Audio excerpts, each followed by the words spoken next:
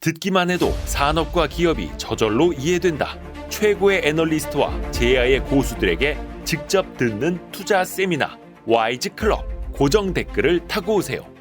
이게 약간 박사님 더 잘 아시겠습니다. 우리가 좀 일본의 안 좋은 면을 좀 많이 따라가잖아요. 네. 고령화도 그렇고 네. 이 돈이 해외로 빠져나가는 것도 어떻게 보면 이제 일본의 안 좋은 길을 우리가 답습하는 걸 수도 있겠네요. 이거 굉장히 걱정스럽기도 하고. 그 주식 문제는 우리가 여러 가지 문제를 개선해야 될 여지가 너무나 많다고 얘기를 하니까 네.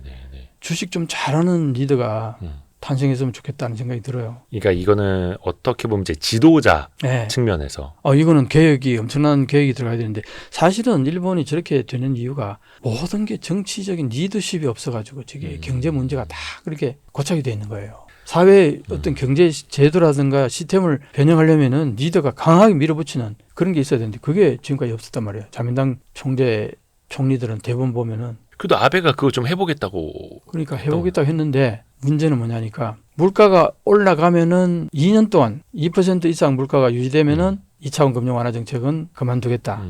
그게 한시적으로 한 거 아니에요. 근데 물가가 안 올라갔잖아요. 2년. 오래 걸렸죠. 3년, 4년, 5년 예. 계속 안 올라갔잖아요. 그러니까 이게 2차원 금융 완화 정책을 계속 편 거잖아요. 네. 이게 결국은 어떤 진단을 하게 되면 이런 거예요.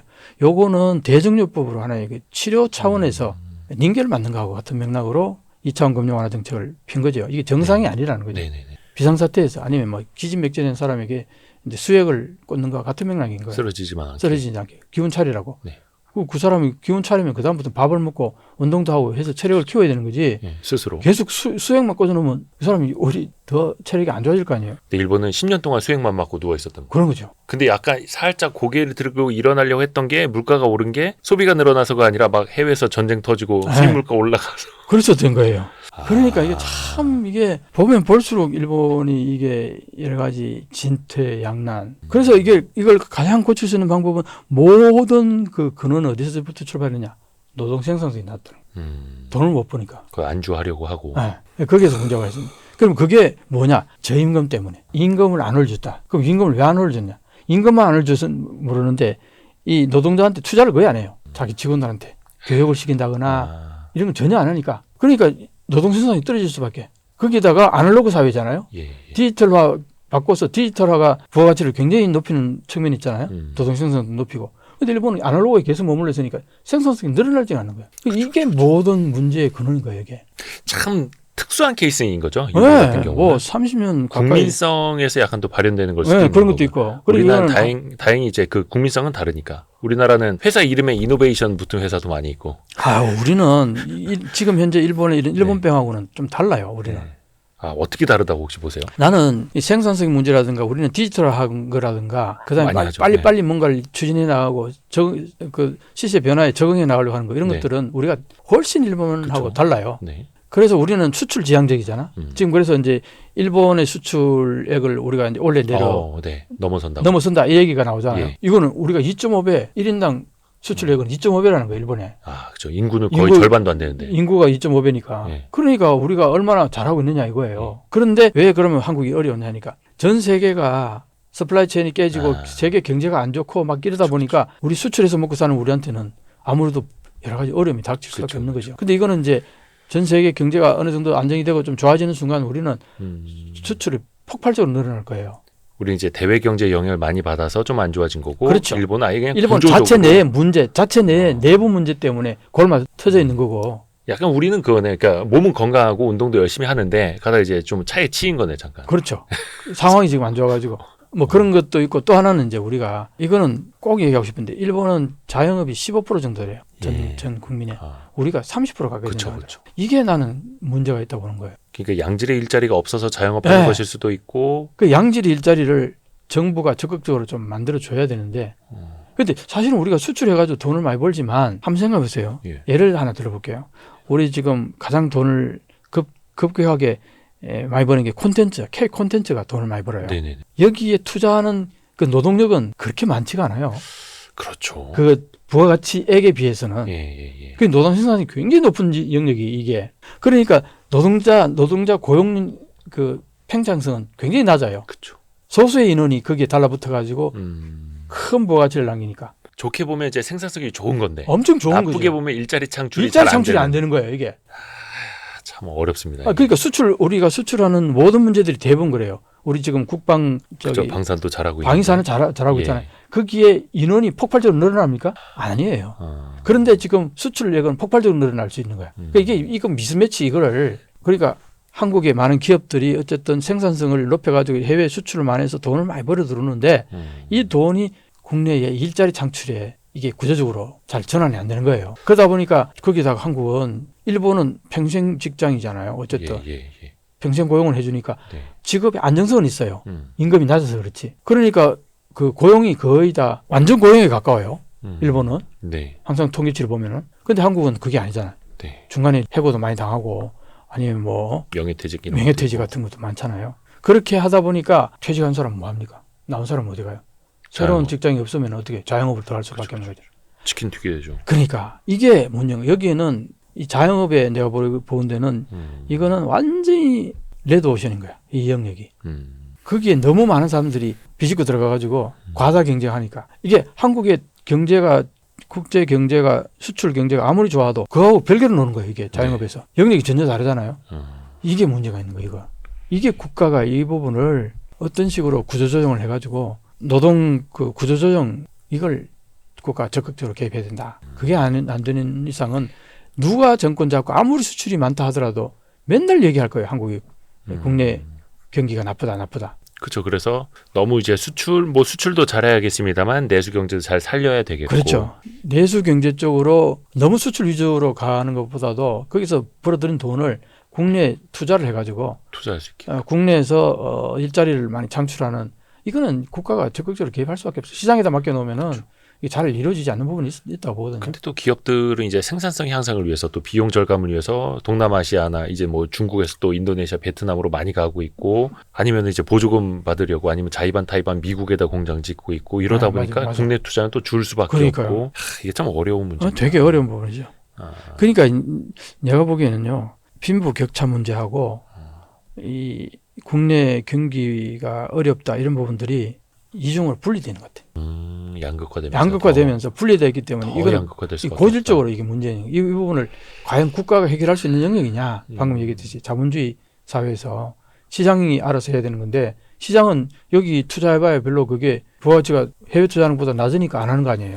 일본은 그게 극명하게 드러나는 거고 한국도 그게 만만치 않다는 거죠. 그렇죠. 예를 들어서 해외 투자 많이 하는 기업들, 해외에서 돈 많이 버는 기업들 잘 나가고 네. 근데 내수 기업들은 쪼그라들고 있고 그러니까. 그리고 또 국내에서만 일하는 사람들은 또 수입이 쪼그라들고 해외 투자 잘하시는 분들 또 부동산까지 투자하시는 분들은 또 이제 부가 또 늘어나고 있고 완전히 양극화되는 거예요. 완전히 양극화. 그러니까 그게 돈이 안에서 좀 더 흘러서 돌도록 해야 하는데 그게 국가가 세금 정책으로 어느 정도 재분배 같은 것도 필요하고 잘 물꼬를 트야 되는 거예요. 그렇다고 해서 너무 있는 사람한테 뺏어가지고 유럽 같이 그렇게 세금을 너무 많이 떼면은 그렇죠. 그럼 또 더 안 좋아지죠. 아예 해외로 나와버리는 수도 있단 말이에요. 그러니까 어떤 임계점이 있죠. 그 임계점을 어떻게 잘 잡아가지고 그게 참 거의 예술에 가까운 예술에 가까운 거죠. 국내 소비가 또 많이 늘어야 되고 국내 투자가 많이 늘어야 되니까 국내 투자를 늘리고 국내 소비를 늘리는 거에 약간 좀 비례해서 좀 뭔가 세액공제라든지 이런 그렇죠. 걸 해줄 필요도 좀 있지 그런 않나. 부분들을 그게 국가가 참 유능하게 예술적으로 해야 되는데 지금 현재 한국의 정부 효율성은 여러 가지 우리 한국의 경쟁력이 상당히 높아졌잖아요. 지난번에 20위까지 올라가고 네. 일본은 38위예요. 예. 중국이 14위고 국가 경쟁력이. 예. 그러니까 우리가 20위까지 올라갔다면 28위에서 21위까지 올라가고 올라갔는데 있으니까. 다른 건 다 올라갔는데 정부 효율성만 항상 그렇죠. 떨어졌어요. 항상 그렇죠. 정책의 투명성 저 밑에 있고. 예. 계속 그게 떨어지고 있어요.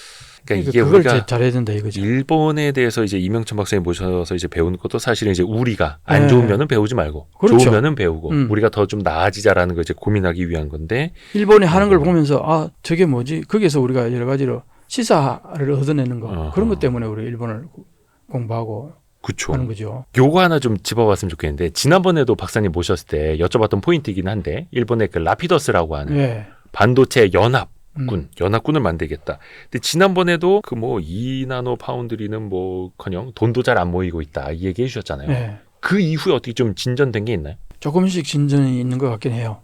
일본의 3대 은행, 미쯔비시 UFJ 은행하고 미쓰이 스미토모 이 세 개 은행에서 한 50억 원씩 투자 얘기가 오가고 있대요. 근데 정부가 이제 하도 요청을 하니까 한 50억 원씩 이제 낼 생각을 하나 봐요. 네. 근데 한 미쯔비시 은행은 3억 원 이미 투자했었잖아요. 그죠? 예, 예. 그래서 어쨌든 세계 메가뱅크가 한 50억 원씩 내고 그다음에 국채은행이 하나 있대요. 거기서 한 100억 원 정도. 그래서 한 250억 원 정도 투자 얘기가 오가고 있고 250억 엔이면 대략 얼마 정도 되는 거예요? 우리나라 돈으로? 뭐 우리나라는 2,400억 얼마? 그러니까 반도체 지금 앞으로 장비 한 대 살 돈 아닙니까? 그러니까 장비 한 대 사면 끝나죠. 그러니까 앞으로도 한 네, 되게 많은 4조 줄 알았는데. 4조 엔 그러니까 한 40조 가까이를 더 모아야 되는데 그게 2027년 양산하려면은 한 1, 2년 사이에 그 4조 엔을 모아야 되는데 이게 지금 이러고 있으니까 시험 생산에만 2조 엔 든다고 뭐 그러더라고요. 그러니까 근데 일본도 사실 이제 우리나라도 그렇습니다만 이제 은행들은 이제 좀 말 잘 듣잖아요. 이제 관치금융이라는 것도 있고 돈 내라면 이제 어쩔 수 없이 내기는 되는데 근데 아직은 턱없이 모자란 금액이네요. 그러니까요. 어. 그러니까 이제 일본 기업들은 그리고 이제 도요타하고 덴소가 투자를 좀 할 의향이 있나 봐요. 그게 이제 아무래도 앞으로 자동차 뭐 자율운전 같은 거 네. 하려면은 2나노 이상 필요할 거 아니에요. 아마 그런 걸 생각한다면 여기 투자할 의향이 있는 것 같아요. 그래서 조금 이제 움직임 좀 있는 것 같고. 근데 뭔가 적극적이지는 않은가 보네요. 다들 지금 관망이에요. 관망. 내년에 시제품이 어떻게 나오느냐 그걸 보고 내년 4월 말에 시제품 나온다 그러는데 예. 아직 돈이 시제품 만드는 데까지 뭐 2조 원 든다 그랬죠. 근데 아직 지금 9,800억 엔 모였다 그랬죠. 네, 정부가. 네. 그래서 아예 1조 정도 지금 겨우 이제 1조 엔 모였는데 앞으로 1조 엔 더 필요한데 내년 4월 말에 시제품 만들려면은 그 돈만으로 되는 것도 아니고요. 지금 재무성에서는 지금 경제산업성이 돈을 이렇게 많이 투자했잖아요. 네. 재무성에서는 우리 기획재정부에서 예산 안 주기로 유명하잖아요. 정말 예산 타내기 어렵잖아요. 네네네. 그러니까 이 일본의 재무성에서 경제산업성이 1조 엔 가까이 투자한 거 아니에요. 앞으로 더 계속 투자하려는 거에 대해서 뭐 법적 근거가 없다는 거예요. 그 법적 근거를 만들어 오라 그랬는데도 아직도 미적거리고 있다는 겁니다. 그래서 재무성에서 도대체 아니 뭘 믿고 돈을 앞으로 계속 주냐 이거야. 그 일본 정부 내에서도 투자하는 데 대해서 지금 굉장히 입이 이만큼 나와 있는 거예요. 정부 내에서도 이견이 나오는 거네요. 이견이 당연히 재무성에서는 당연히 나오죠. 그러니까 당연히 이제 산업 기술을 진흥하는 측면에서 우리 더 투자하자.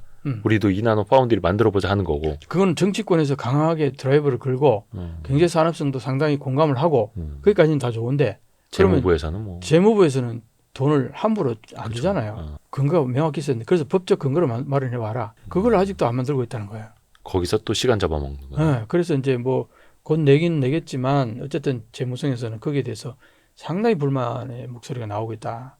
그리고 이제 정부가 5조 엔 다 낼 수 없는 거 아니에요. 네. 지금 뭐 1조 엔 냈지만 그러니까 민간에서 투자를 유치해와라. 강하게 드라이브를 거는 거예요. 재무성 같은 데서는. 민간에서 어느 정도 투자하는 거 보고 그걸 보고 그래도 정부가 어느 정도 돈 내는 거는 여론에서도 그게 뭐랄까 논리가 좀 서잖아요. 네네. 그런데 민간 단체에서는 돈 전혀 투자를 안 하는데 정부에서는 다 돈 낸다 그러면은 왜 그러냐 물을 거 아니에요, 당연히. 네. 여론에서 나올 거 아니에요. 왜 민간 투자 안 하느냐? 민간 투자 안 하는 건 뭐겠어요? 안 될 것 같아요. 안 될 것 같으니까 투자 안 하는 거 아니에요. 돈만 거기에다 왜 세금을 그렇게 많이? 서로 눈치 게임 하는 거예요. 지금 그런 상황이군요. 민간은 또 이제 다른 기업들이 먼저 투자 하나 보고 정부 마중물 얼마나 나 이렇게 보는데 또 정부에서는 민간 기업들 하나하나 먼저 보고. 민간 기업들이 뭔가 근데 움직여줘야지. 그 이나노 시험 생산을 한다라고 했던 게 2025년 4월이니까 딱 반년 남았네요. 그렇죠. 딱 반년. 거의 뭐 갑자기 기적이 필요한. 일단 한번 지켜보겠습니다. 그 이후에 또. 또 그 세계 3위 낸드 플래시 업체인 키옥시아가 일본 증시 상장한다고 해가지고 이것도 주목 많이 받았잖아요. 이것도 계속 밀리나 보더라고요. 근데 기옥시아도 사실은 처음에 IBM이 네.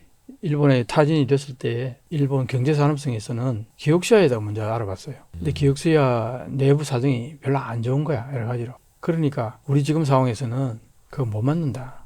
역부족이다. 그렇게 해서 사실은 아무것도 없는 데서 처음부터 다시 시작하는 것보다 기옥시아는 그래도 반도체를 만들어 오던 공장이니까 네. 거기에서 조금만 이렇게 좀 조정하면은 만들 수 있는 거 아니에요. 그래서 기옥시아 타진했는데 기옥시아 내부 사정이 그렇게 쉬운 게 아니다. 만만치가 않다. 경영 자체가 여러 가지로 어려움이 많다. 그러면서 안 맡았거든요. 그러니까 지금 여러 가지로 안 좋은 거지 상황이. 그러니까 뭐 상황이 좋아야 상장이 되는 거고.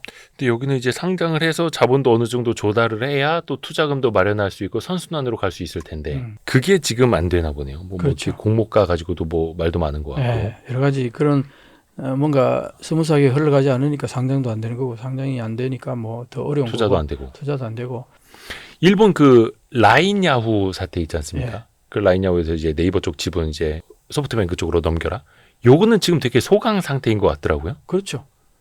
일본 정부가 지난번에 7월 1일인가요? 그때 보고서를 낸 거에 대해서 만족한다 해버렸으니까 당분간은 뭐 큰 문제가 없겠죠. 그게 이제 한국 네이버와의 어떤 뭐 그 IT 외주 관계 이런 걸 다 끊어버리겠다 이런 거였고 또 라인야후가 네이버와의 자본 관계 재검토 그러니까 저쪽에 지분을 다 우리가 사오는 거는 어렵습니다. 당분간은 네. 또 이렇게 답했다 하더라고요. 그렇죠. 거기에 대해서는 그렇게 얘기를 했고 네. 그걸 팔게 되면 한꺼번에 팔아가지고 전부 다 목돈을 받아야 새로운 어떤 사업을 진행할 거 아니에요. 네네네. 근데 소프트뱅크 그만한 돈이 있느냐 이거 없어. 그것까지는 없고. 없으니까 그게 안 되는 거예요 사실상. 아니 일본은 뭐 이렇게 다 안 되는 게 많네요. 중간 애매하게 뭐 좀 매여 있는데. 네.